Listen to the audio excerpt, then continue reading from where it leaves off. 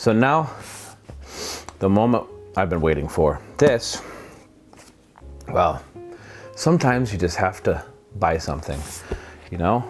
I love wide angle photography, and I love this little 14, and I'm gonna keep this little 14 millimeter. It's a gem of a lens. Absolutely, just adore it. It's great, especially for video too, getting wide shots. It's small, it's not clunky, not heavy, it's easy, filters fit on it. You know, would not sell it. But this, I decided, was trying to decide between the Fujifilm XF 10 to 24 or the brand new 8 to 16. And well,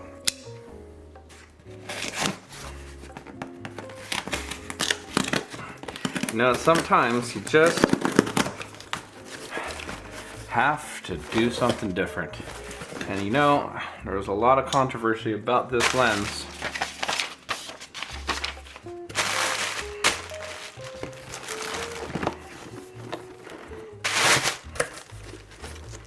And, well, I decided to pull the trigger. So let's just take a look at what this little baby looks like today.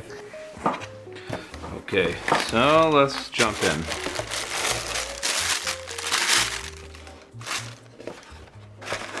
All right. And let's take a look. Ooh, that is beautiful. Wow. What an amazing piece of glass and piece of engineering. It is absolutely gorgeous. I cannot wait to try this out. So instead of me blabbing on here in the office about this lens, let's just go put it through the paces and see what it can actually do. All right, so why don't we do this? I'll see ya in the field.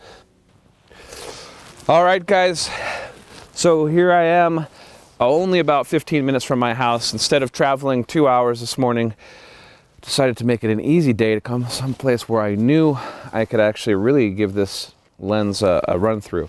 So I'm at Tubbs Hill, which is a local park near where I live, and it's honestly one of the more beautiful locations around here. So there's just an endless supply of images here. So we're going to this morning just venture out and find an image in its sunrise, which I've never shot this in all these years. I always shoot it at sunset because the sunsets are quite magnificent.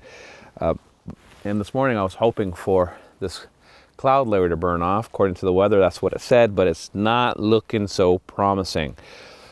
But regardless, we're going to throw this lens through its paces this morning and get a better feel for what it truly is and how good it truly is. So day one with the lens, and I have a lot more coming with this, as I'll tell you a little bit later. All right, let's start walking.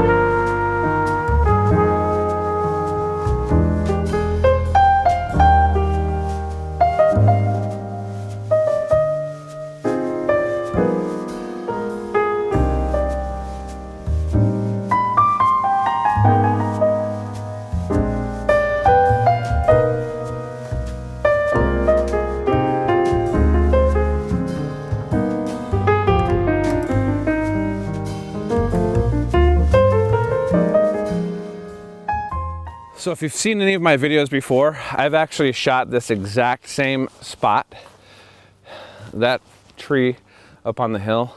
Last time that I was down here shooting this entire area that I'm probably pretty much where I'm standing right now was in water. And as you can see, the water's real low right now. Well, it's been frozen pretty much all winter. just now starting to thaw a little bit. So my idea is I would like to, that particular tree right there, I want to isolate it. Right now, if I was to shoot on this angle, it's going to be lost. I won't be able to separate it from those trees in the back. There's no mist out here, no fog, nothing for me to make that separation. So I'm gonna have to move my tripod far to the right here and use some of these rocks. I'm gonna have an idea for some of these rocks as a foreground. And that's what I'm gonna really try to exploit this 8 to 16 millimeter lens this morning, trying to really draw the eye in with some of these rocks and some of the lines in the rocks that will help try to lead us in to that tree up on that little hill right there. And the snow is nearly perfect leading up to it. It's actually, this is the third time that I've come out here to try to shoot this. It's the only time that I've been able to walk down here all winter. Because in the last few days, the temperature has risen during the day to closer to 50 degrees, so it's starting to melt everything off. So it's nice. I haven't had to trudge through the bushes and tear my jacket and I get crazy there. So I'm gonna go ahead, I'm gonna set this up and take a look at what it looks like on the back of the camera once I've got everything set up.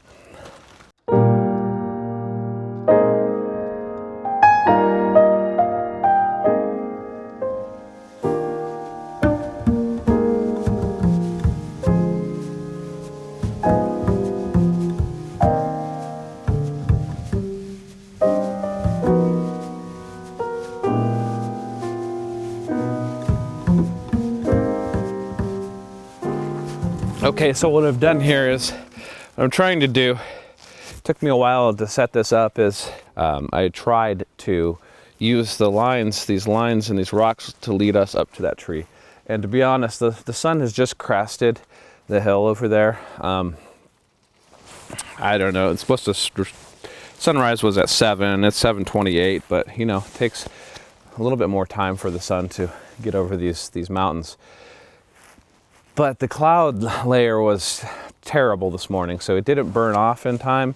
It's starting to burn off now, as you can kind of see. There's some blue skies out here starting to develop a little bit, but it's still a nice photo, and it's starting to get some light just cast on this, and that's what I was waiting for. So what I'm going to do is I'm shooting this in portrait rather than in landscape. Landscape was too wide and it was starting to really distort it, but I found it in portrait, it's doing a real good job of maintaining the lines. So I'm going to shoot one shot at 10 millimeters, and then I'm going to go to the widest and shoot at 8 millimeter. And I am focus bracketing these as well, since I'm so close to my foreground and I want that background to be sharp as well. I'm at f8 and I'll let it focus stack, probably be around, because of how close the foreground is here, I'll probably be at around 8 images or so. So if you haven't seen my focus stacking video, I'll put a link for it up here so you can take a look at that when you get a chance. So let me show you the back of the camera, show you how I have framed this and see what it looks like. So what I've done here is, you can see here that what I try to do is line up those crosshairs in that third, because I want to get some sky in this and I don't want the whole image to be just this foreground. So I think I have a good balance here of the foreground and the background. And you can see how I have tried to use these rocks and the lines in these rocks here to lead me in to the tree there. So, and over here, the dock out there, well, I'm going to Photoshop that out of there. I don't like it. It's a distraction. That will be gone. But everything else is looking pretty good. And so that's at 10 millimeters. And let me show you real quick at 8 millimeters. That's 8 millimeters. I have to do a little bit of reframing on it, but it might be really nice at 8 millimeters as well. That's super wide. I mean, that is why I bought this lens. So we'll see how well it does.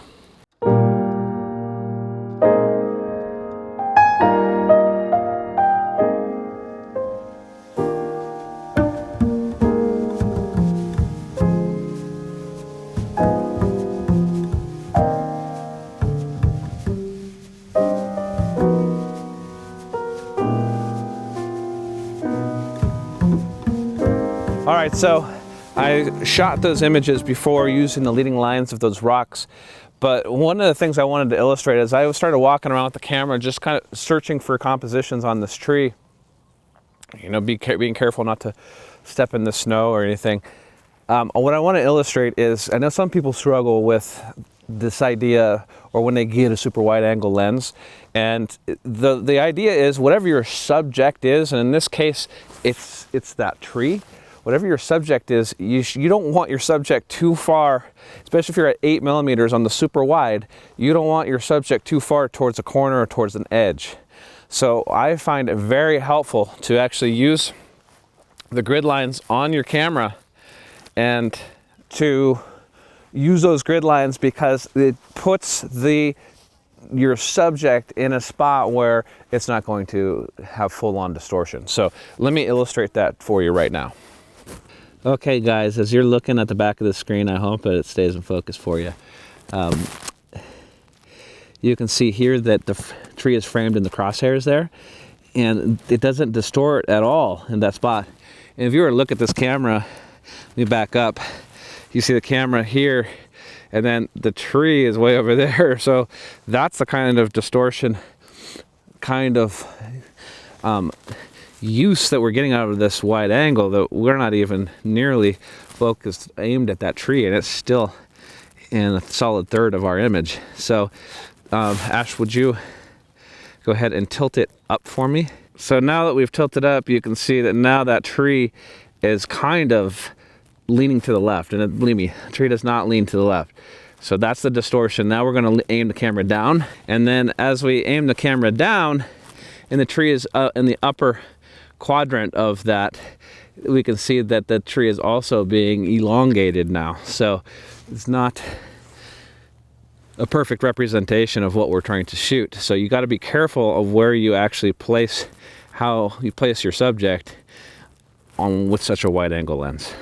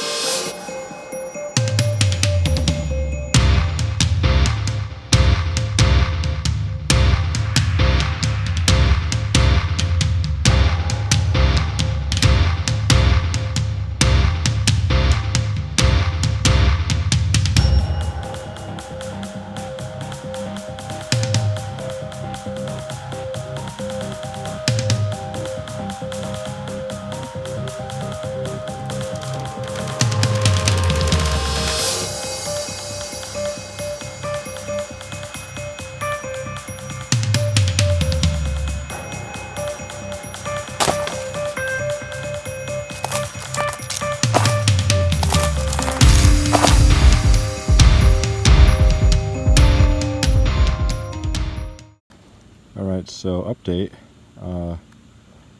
Drone is stuck in a tree. We found the tree. It's right there. And the drone is in the top of it, so I'm not really sure how to solve this problem. Might just have to leave it out here on Tubbs Hill. Sun's coming out, but Operation Drone Rescue is taking over our priorities. But it's going to be left. So if you're ever over here and you want a $1,200 drone, got to climb that tree.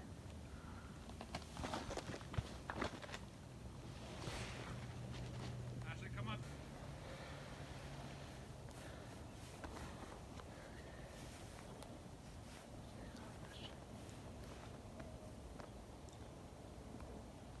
It probably fell. Alright, we got it out of the tree, and somehow it didn't Obviously it had the battery on it, hit any rocks. and then it hit. Everything is good on the drone. No battery though, it fell off and we don't know where it's at. But that's kind of a fun adventure. So the drone is good to go. We just got to get a new battery and maybe a couple new propellers. So my worst nightmare came true. Every time I fly this drone, I wonder if something's going to glitch, especially when I'm flying it over water. So Ashley and I decided that we were going to fly the drone before we find some more compositions. And we flew it out, and I'll show you that drone footage. We flew it out, and then I flew it around the bend, which I've done a million times, and it's fine. And then all of a sudden the screen started glitching out. It lost its signal, and it says it's going to return home. And which normally is fine, because normally it'll return home and fly the path that it flew. Unfortunately, it started flying home, and when the screen came back live, I could see it. I could see that it was about to fly into a tree, and I tried to cancel the return home and pull it out of that because there was no signal before that, and it was too late. It hit the tree, and it was stuck in the tree. All we could see from the camera is a branch, as well as I'll show, because I think I was recording the whole thing. And luckily it hit a tree and it didn't go in the water. It didn't glitch out there, although it would have just been hovering there, so it would have been fine. We would have walked, found a signal.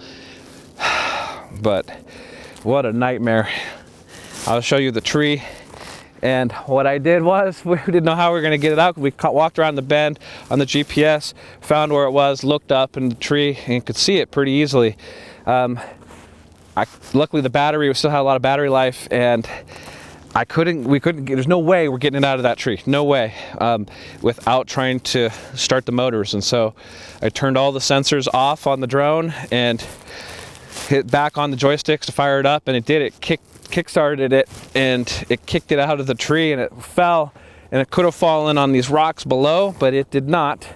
It made a nice soft thud in some of that mud down there, about a 60-foot drop at least, maybe 80, and thud, rolled into a little crevice. It broke off their propellers, and the battery flew off and landed on the edge of the water down there. Didn't land in the water. Battery's still good, still functional. We fired it up. It still works. The gimbal's in perfect condition. Unbelievable. I cannot believe it.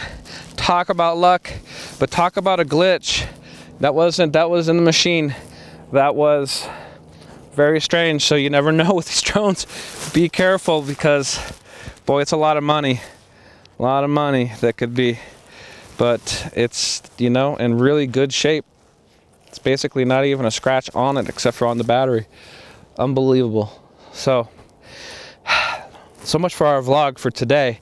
I hope you learned something. Two things. How to operate a super wide angle lens.